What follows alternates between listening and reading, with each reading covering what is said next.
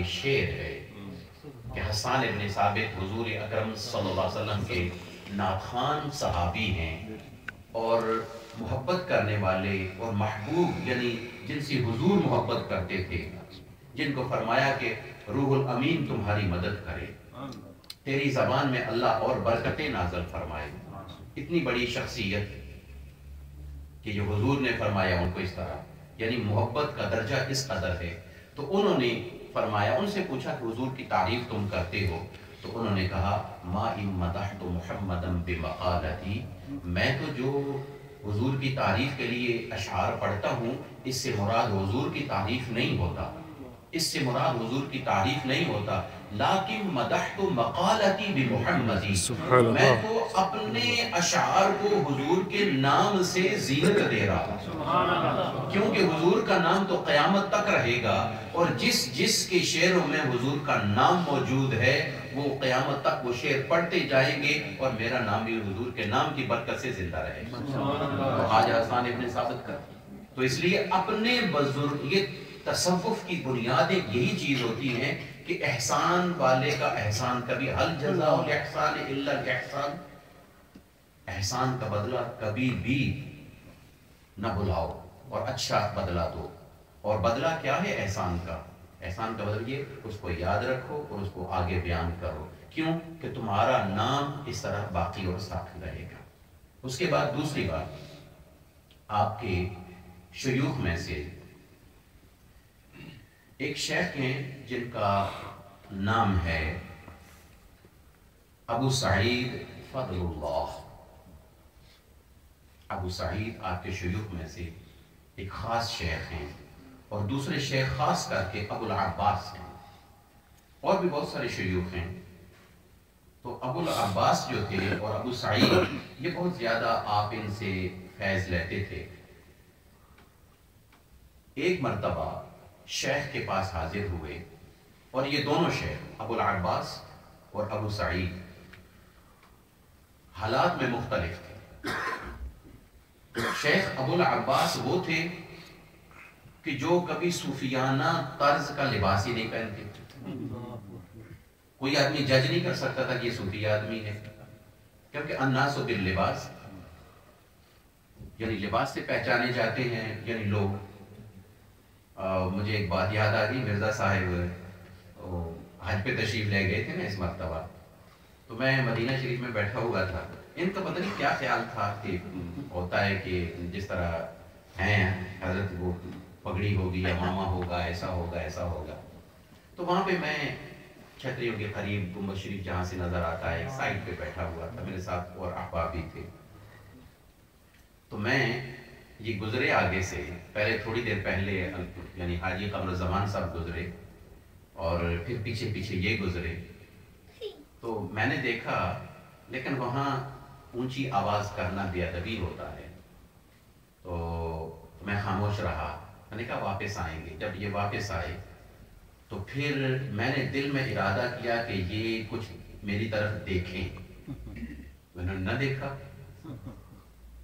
پھر یہ آگے گئے پلر کے قریب، تو میں نے اللہ سے دعا مانگی کہ کیونکہ انہوں نے جلدی واپس آنا تھا اور مکہ شریف سے کوشش ہو رہی تھی ملاقات کی، اور ملاقات نہیں ہو پا رہی تھی، تو میں نے اللہ سے دعا کی کہ الہی یا یہ پانی پینے کے لیے ادھر منہ کریں یا یہ قرآن مجید لینے کے لیے اس پلر کے پاس آئیں، تو پھر یہ میری طرف دیکھیں گے، پھر میں جانوں اور یہ جانے۔ تو یہ آگے سے بس قدرت نے خیال ڈالا، اور یہ قرآن مجید لینے کے لیے جیسے پیچھے مڑے، حالانکہ آگے سے بھی لے سکتے تھے، مڑے پیچھے تو میری طرف دیکھا، تو میں نے ہاتھ ہلایا ان کو اشارے کے لیے، یہ غور سے دیکھتے کون ہے، پھر اس طرح کرنے کے پھر مرزا صاحب، تو خیر مرزا صاحب کے تشریف نے کہا میں اس طرح آپ پہچانے۔ یعنی کبھی کبھی ایسا بھی ہوتا ہے، یہ ضروری چیز نہیں، یہ لباس یہ وقت کی نزاکت کے مطابق ہوتا ہے، یہ وقت کے لیے ہوتا ہے، یہ ہمہ وقت کے لیے نہیں ہوتا۔ اپنا لباس ایک خاص ہوتا ہے جس کو خدا کی بارگاہ میں پیش کیا جاتا ہے۔ تو یہ جو ابو العباس پہ یہ بالکل ایسا رنگ تھا کہ اس میں کوئی بندہ نہیں پہچان سکتا تھا کہ یہ صوفی ہے، یہ بہت بڑے ولی ہیں، فرماتے ہیں کہ مجھے ان لوگوں کا لباس دیکھتے ہوئے مجھے شرم آتی ہے کہ میرے اندر صوفیوں جیسی کوئی عادتیں کوئی نہیں اور میں صوفیوں جیسا لباس پہن کے بیٹھ جاؤں. حالانکہ جو داتا صاحب فرماتے ہیں کہ میرے سب سے بڑے شیخ وہی ہیں، انہی سے سارا فیض لیا. اور پھر اس پر ابو سعید جو ہیں شیخ، ابو سعید جو ہیں وہ اس سے اپوزٹ ہیں، وہ شاہانہ لباس میں. ان کی ملاقات کے لیے سنا کہ یہ شیخ بہت بڑے ہیں، اپنے ہی شیخ سے سنا، تو یہ ان کی ملاقات کے لیے گئے تو دروازے سے اندر داخل ہوئے. بہت بڑا دہلان، بڑا کمرہ جیسے عرب لوگوں کا، بڑے لوگوں کا ہوتا ہے، بہت بڑا، اور ایک جگہ بنی ہوئی ہے ان کے بیٹھنے کے لیے، اور بڑا شاہانہ لباس یعنی وہ پہن کے بیٹھے ہیں اور احباب بھی بیٹھے ہوئے ہیں. تو دل میں خیال آیا کہ اتنا شاہانہ لباس پہننے والا فقیر کیسے ہو سکتا ہے، فقیر کیسے ہو سکتا ہے. دل میں خیال آیا. اللہ والو اسی لیے کہا گیا کہ علماء کی مجلس میں بیٹھو تو زبان کو سنبھال کے بیٹھو، اور صوفیاء کی مجلس میں بیٹھو تو دل کو سنبھال کے بیٹھو. علماء کی گرفت الفاظ پہ ہوتی ہے اور صوفیاء کی گرفت دلوں پہ ہوتی ہے. علماء کی نظر اور سوچ تمہارے الفاظ پہ ہوتی ہے، کیا کہہ رہے ہو، اور صوفیاء کی نظر تمہارے دل پہ ہوتی ہے، کیا سوچ رہے ہو. تو حضرت شیخ ابو سعید نے ان کو قریب بلایا. علی تعال، علی آئے. فرمایا کیا سوچتے ہو، پریشان ہو گئے.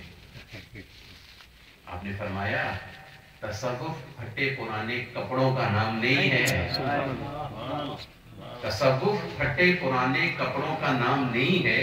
انہوں نے جو ارشاد فرمایا، اور داتا صاحب نے اپنی کتاب کشف المعجوب میں یہ لکھا، آپ نے فرمایا التصوف قیام القلب مع اللہ. یہ تصوف اس کو کہتے ہیں کہ اپنے دل کو خدا کے ساتھ ہمیشہ جوڑے رکھنا، یہ تصوف ہے. تمہارا دل خدا کے ذکر میں ہمیشہ ڈوبا ہوا ہو، اس کو تصوف کہتے ہیں. نہ کہ لباس پہن کے صوفیانہ لباس پہن کے چلے جاؤ، لوگ تمہارے لباس کی وجہ سے صوفی کہیں. جس لباس میں بھی رہو، فقیری لباس میں رہو یا امیری لباس میں رہو، لباس کا اثر تمہارے اندر نہ جائے، بلکہ تمہارا دل اس لباس میں ہو یا اس لباس میں ہو، دونوں حالتوں میں خدا کا قریب رہے، خدا کا ذاکر رہے.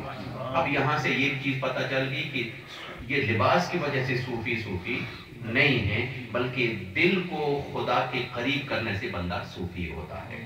اور اس کے بعد داتا صاحب رحمت اللہ علیہ اسی کتاب میں کشف المحجوب میں، کشف المحجوب اس کا نام رکھا گیا. کشف کہتے ہیں کسی پردے کے یعنی کھلنے کو، کشف کہتے ہیں کھلنے کو، اوپن چیز، کسی چیز کو اوپن کرنا. اور محجوب چھپی ہوئی چیز، ہڈن، یعنی جو چھپی ہوئی چیز ہے، حجاب جس کو کہا جاتا ہے. حجابوں کے یہ کتاب وہ کتاب ہے جو حجابوں کو کھولنے والی ہے. کشف المحجوب اس کا نام رکھا گیا. اور بعد کے آنے والے صوفیاء نے فرمایا ہے جسے کوئی شیخ نہیں ملتا، جسے کوئی شیخ نہیں ملتا، وہ اپنے شیخ کی تلاش کے لیے کشف المحجوب کتاب پڑھ لے، اسے شیخ نظر آ جائے. اس لیے محجوب یعنی پردے والی چیز کو یہ کھولنے والی چیز. اب نہیں پتا ہم کس کے ہاں جائیں، کس کے ہاں ہمارا فیض ہے، تو اس کتاب کے پڑھنے سے. تو اس میں حضرت صاحب نے فرمایا کہ تصوف والوں کی 3 قسمیں. کتنی قسمیں؟ 3. پہلے کو کہتے ہیں صوفی. پہلے کو کیا کہتے ہیں؟ صوفی، تاکہ لغت بھی اور نیم آپ کے ذہن میں رہے. صوفی وہ ہے کہ جس نے اللہ کے ذکر سے اپنے دل کو زندہ رکھا اور اپنی خواہشات نفسانیہ کو بالکل آسانی کے ساتھ اس نے مٹا دیا، جس کو کہا جائے فنا فی اللہ. کیا کہا جائے؟ اللہ کے ذکر میں ڈوبا ہوا، یہ صوفی ہے، اس کو صوفی کہتے ہیں. دوسرا وہ فرماتے ہیں متصوف. متصوف اسٹرگل کرنے والا، چلا کیا، ایک چلا کیا، دوسرا چلا کیا، ایک شیخ کے پاس گیا، دوسرے کے پاس گیا، کبھی کھانا ترک کیا، کبھی سونا ترک کیا، کبھی گفتگو بند کی، تسبیحات پہ تسبیحات، محنت کر کر کر کر کے اس نے تصوف کے راستے کو اختیار کیا، یعنی صوفی کے بنائے ہوئے راستے پر چل پڑا، وہ متصوف ہے۔ وہ کیا ہے؟ متصوف، یعنی محنت کر کے چلنے والا۔ اور ایک اور نام دیا، وہ متصوف، سین کے ساتھ، یعنی تا سے پہلے سین لگا دے، متصوف۔ وہ کون؟ وہ فرماتے ہیں، حضرت دادا صاحب فرماتے ہیں، وہ شخص ہے کہ جس کے اندر غلاظتوں کا ڈھیر بنا ہوا ہو، دل و دماغ اس کا گندا ہو، شیطان کا مرکز بنا ہوا ہو، اور اوپر سے لباس صوفیوں والا پہنا ہو، لباس صوفیوں والا ہو، شکاری جس کو کہا جاتا ہے۔ تو وہ فرماتے ہیں جو پہلا آدمی ہے وہ وصل ہے، اس کا یہ مقام ہوتا ہے تصوف میں۔ وصل کہتے ہیں ملے ہوئے کو، ملانے کو، ملنے کو، وہ برج ہے۔